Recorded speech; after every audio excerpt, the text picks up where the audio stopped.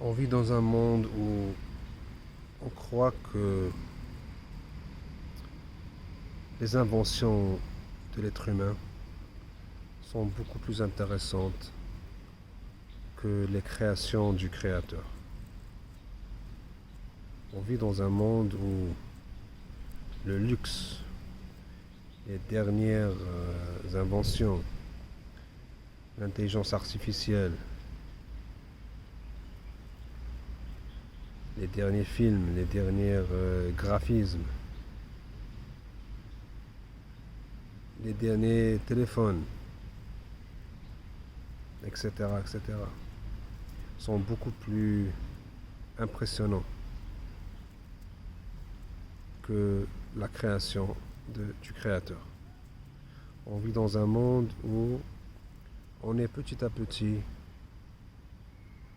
éloigné du réel en pensant que le réel n'est pas aussi intéressant, n'est pas aussi fascinant, n'est pas aussi impressionnant, n'est pas aussi beau, n'est pas aussi bon, bien que la création qui a toujours existé, qui petit à petit on est mené à la voir de façon un peu banalisée, euh, ennuyeuse. Cette nature qui existe là toujours, il n'y a rien de spécial là-dedans. Ça a toujours existé. Il n'y a rien de nouveau là-dedans, n'est-ce pas? C'est comme ça qu'on voit les choses. Il n'y a rien de nouveau. Donc il ne se passe rien de nouveau. Les arbres poussent et donnent leurs fruits chaque saison. Les fleurs fleurissent chaque printemps. Les oiseaux chantent chaque printemps et chaque été et voyagent chaque hiver.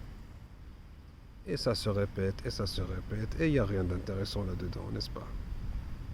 L'eau, l'eau naturelle est toujours le même. L'oxygène pur est toujours le même. Il n'y a rien d'intéressant là-dedans. On veut un peu de pollution. On veut un peu de quelque chose de nouveau. On veut des saveurs un peu chimiques. Parce que le naturel est si ennuyeux, n'est-ce pas? C'est comme ça que beaucoup de gens voient les choses, surtout de façon inconsciente. Et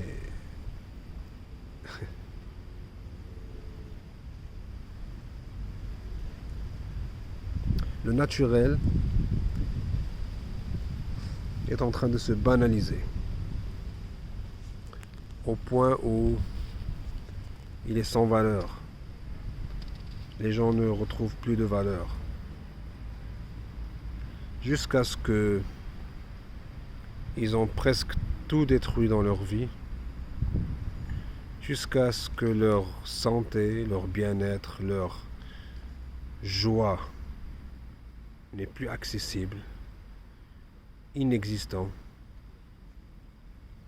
Et là, on commence à se demander pourquoi, et de déprimer, et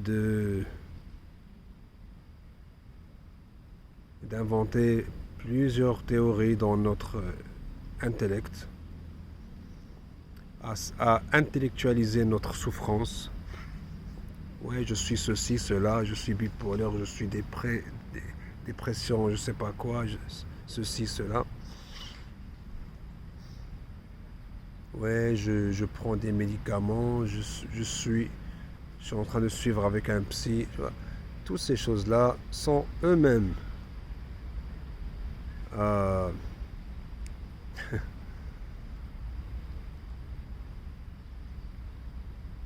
vues comme un luxe, privilégié, glorifié en quelque sorte. On vit dans un monde où on glorifie notre état de maladie. on glorifie notre état de maladie spirituelle, de maladie mentale et de maladie physique. Au point où on est mené même à se dire, ouais, je suis fier que je suis gros. Je suis fier que je suis malade. Je suis fier que je suis ceci, cela. On est mené à valoriser la maladie, l'artificiel, le chimique, bien plus que le naturel. Mais en faisant tout ça, on rate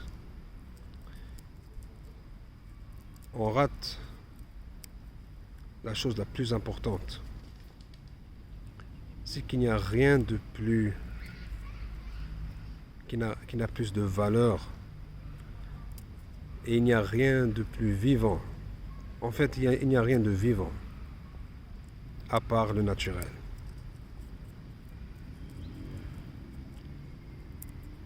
On chasse la mort à petite dose dans ce système de Babylone, dans ce système de la matrice, dans ce système anti-vie, anti-divinité, anti-vérité. Et on croit qu'on va être satisfait, épanoui. Mais à la fin, on ne trouve que des illusions. On ne trouve que de la souffrance, que de la déception. Et les gens sont en train de se transformer en robots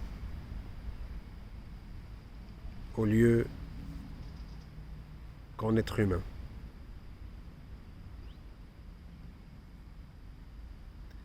Et on se demande pourquoi on va mal. Pourquoi on va mal? Pourquoi on n'est pas heureux? J'ai de l'argent, j'ai une maison, j'ai toutes les dernières technologies, j'ai des diplômes, je suis diplômé, je suis intelligent, je connais plein de choses, blablabla, blablabla.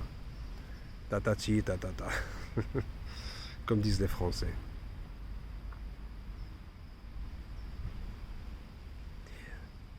On est mené à devenir aveugle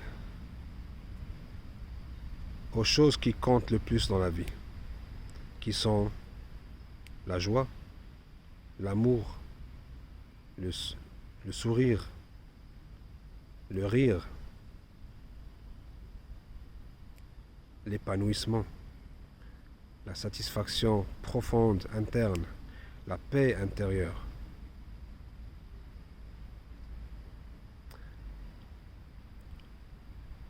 L'œil avec lequel on reconnaît ces choses est fermé, a été fermé, de façon artificielle. Parce que l'œil avec lequel on reconnaît ces choses, c'est le même œil par lequel les autres êtres vivants reconnaissent ce qu'ils doivent faire pour survivre. Personne n'apprend à l'animal de manger ceci ou cela. Il le sait. Il le sait instinctivement. Personne n'apprend à un animal comment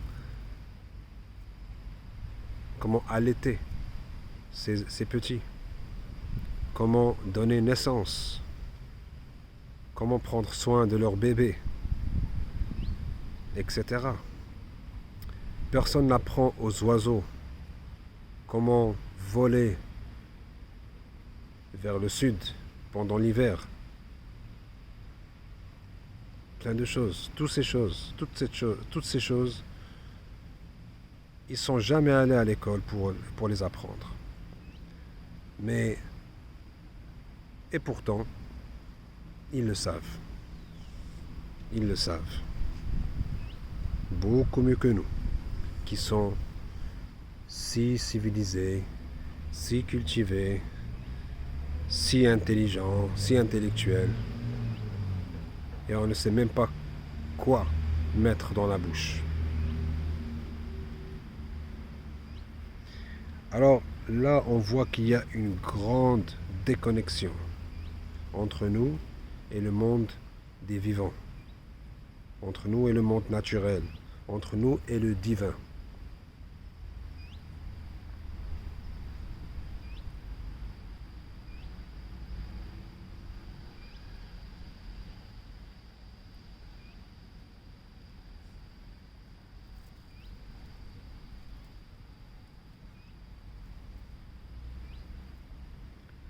Si on fait assez attention, si on ralentit un peu notre respiration, nos actions, nos pensées, et qu'on prenne un peu de temps d'aller s'asseoir, d'aller marcher doucement dans les montagnes, dans la nature, peut-être même dans la ville, en ville, mais de préférence dans un lieu un peu naturel, comme celui-ci, où il y a des arbres, où il y a de l'herbe, où il y a des oiseaux qui chantent, où on sent un peu qu'on est revenu au monde des vivants, qu'on est revenu au monde réel, au lieu du monde artificiel qu'on croit tous est le monde réel. En fait, le vrai monde, le monde réel, c'est le monde naturel, qui a toujours existé et qui va toujours exister tant qu'on ne le détruit pas.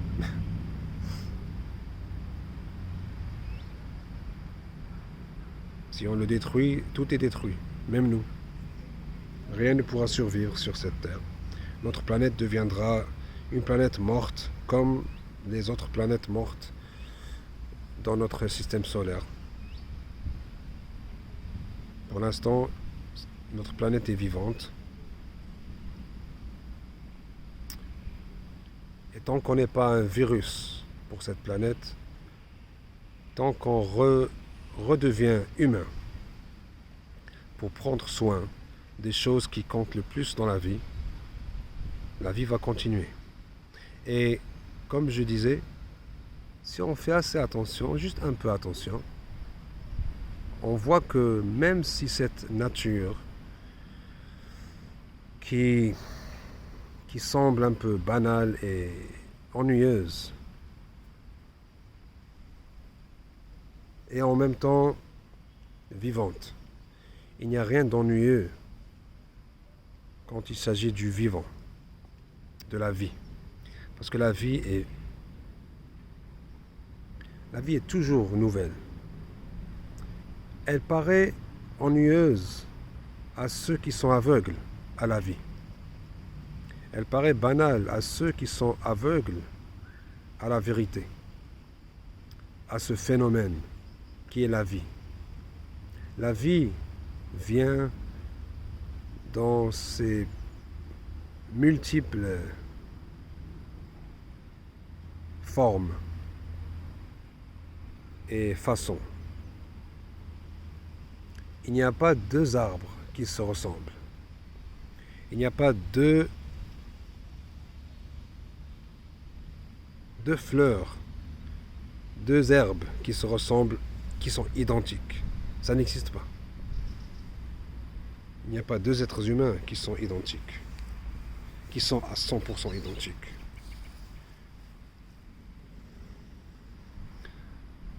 Donc il n'y a rien d'ennuyeux dans la vie.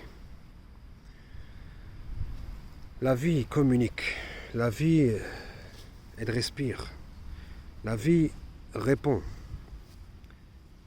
On peut communiquer avec la vie. On ne peut pas communiquer avec la mort. On ne peut pas communiquer avec l'artificiel. On ne peut pas.